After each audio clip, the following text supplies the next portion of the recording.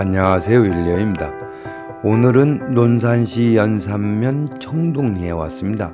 보이는 주택은 태림건설과 동방종합건설을 운영하는 홍 장관 대표의 집으로 2017년 토지 매입부터 건축하는 데까지 제가 풍수 컨설팅한 곳입니다. 대전에서 건설업을 하던 홍 대표는 2017년 이곳에 주택을 건축하면서 사업장도 이전하였습니다. 어찌됐든 홍 대표는 이곳으로 이사한 이후부터 괄목괄만한 사세 확장과 함께 매사 일이 잘 풀리고 있습니다. 그것을 바라보고 있는 저로서는 감사할 뿐입니다. 해서 오늘은 이곳을 배경 삼아 명당터에 집을 짓기 위한 절차와 꼭 알아야 할 내용을 말씀드리겠습니다. 먼저 양택명당의 특징에 대해 말씀드리겠습니다. 능선을 타고 내려오던 생기가 넓게 퍼지며 멈춘 곳이 양택진열입니다. 양택진열과 음택진열이 다른 점은 기운의 응축에 있습니다. 음택진열은 달걀의 흰자와 껍질이 노른자를 모아듯 소분기한 기운이 진열을 감싸고 있습니다. 그래서 음택진열의 생기는 강하게 응축됩니다. 그러나 양택진열은 소분기를 하지 않기 때문에 생기의 응축력이 약한 반면 기운이 넓게 형성되는 것이 특징입니다. 음택명당과 양택명당의 차이는 소분기를 하느냐와 하지 않느냐이며 또 기운이 좁고 강하게 응축되었느냐와 넓고 약하게 퍼졌느냐입니다. 소분기에 대해서 궁금하신 분은 제 영상 13번째 명당의 조건과 진열호법을 참고하시기 바랍니다.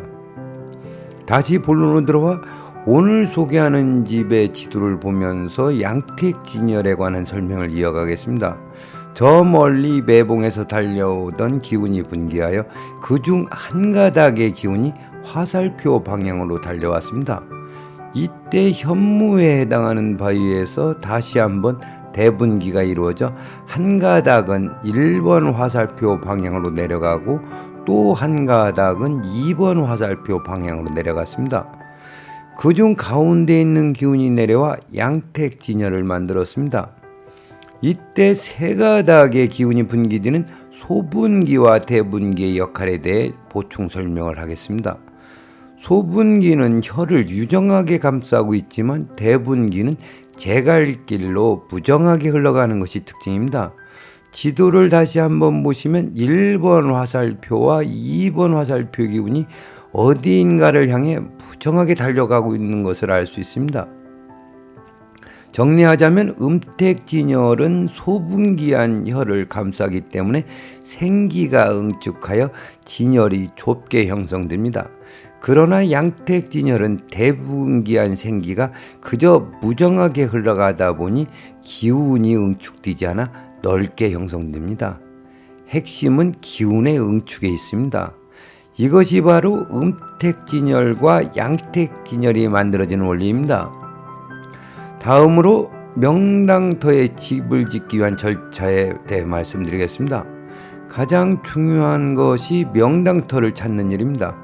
세상에 건축할 수 있는 땅은 많을지라도 명당터는 많지 않습니다. 그 이유는 명당터의 희소성 때문입니다. 산이 크고 높다고 해서 음택진열이 있다는 보장은 없습니다.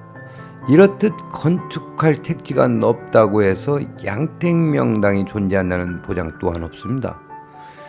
이것은 대단위 아파트에서도 마찬가지로 생기 가득한 공간은 매우 적습니다.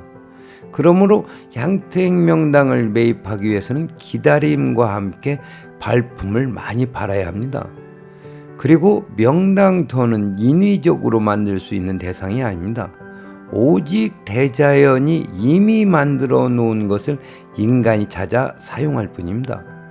가끔 보면 비부풍수라는 이름으로 땅에 숯이나 소금 그리고 도자기를 묻으면 흉지가 길지가 된다고 이야기하는 사람들이 있습니다.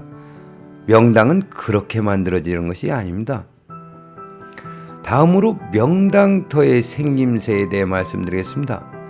사람마다 얼굴이 다르듯 양택진열 또한 생김새와 면적이 다릅니다. 양택진열의 생김새는 둥근 형태, 둥근 사각, 둥근 마름모 등 다양합니다.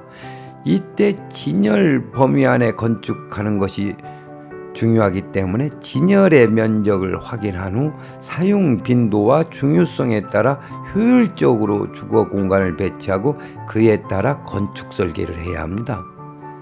그리고 양택진열은 입체적으로 형성되었습니다.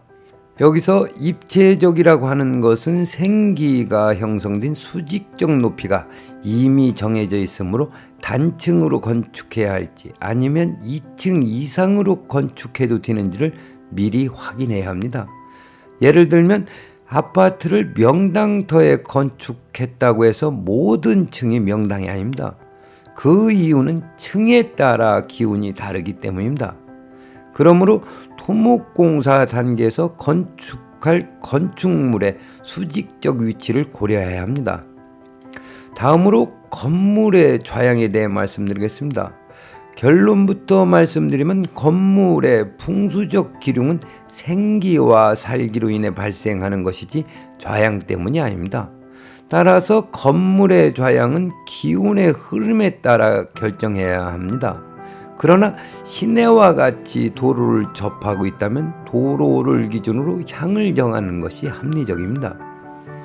제가 건축물의 좌양을 기운의 흐름에 따라 결정해야 한다고 하는 것은 인위적으로 좌양을 결정하면 음택과 마찬가지로 양택 또한 건축물이 진열 밖으로 벗어나게 되고 그렇게 되면 흉당이 되기 때문입니다.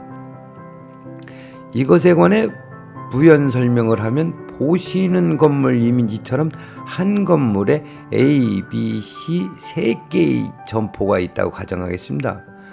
한 건물에 점포가 3개 있는데 그 중에 장사가 잘 되는 곳이 있고 또 뭘 해도 망하는 점포가 있다면 왜 이런 현상이 발생할까요?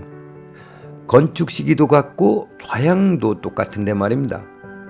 그것은 좌양이 잘못돼서 흥하고 망하는 것이 아니라 생기와 살기의 기적작용 때문입니다. 어디뿐입니까? 아파트의 동일한 라인에 살아도 흥하는 집이 있고 망하는 집이 있습니다.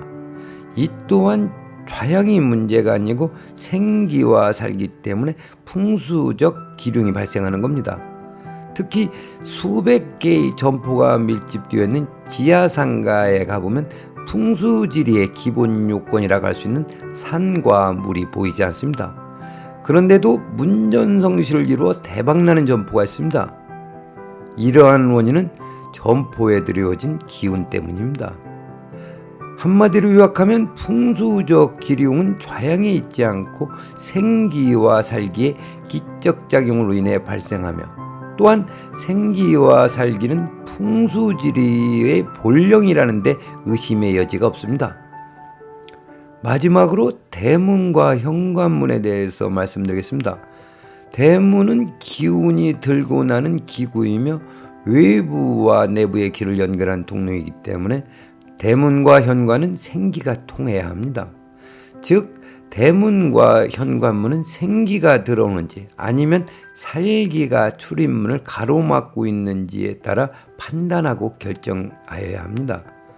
제가 대문과 현관문 그리고 상가의 출입문을 중요하게 생각하는 이유는 생기가 들어오는 문은 인력작용으로 사람들을 끌어들이는 힘이 있지만 살기가 가로막고 있으면 손님을 밀어내는 청력작용이 발생하기 때문입니다.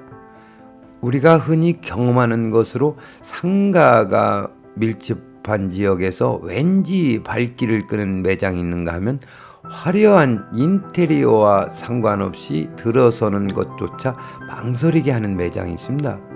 이 또한 생기와 살기의 기적작용 때문입니다. 따라서 생기가 들어온다는 것은 곧 복이 들어오는 것과 같습니다. 오늘은 여기까지 하겠습니다. 시청해 주셔서 감사합니다.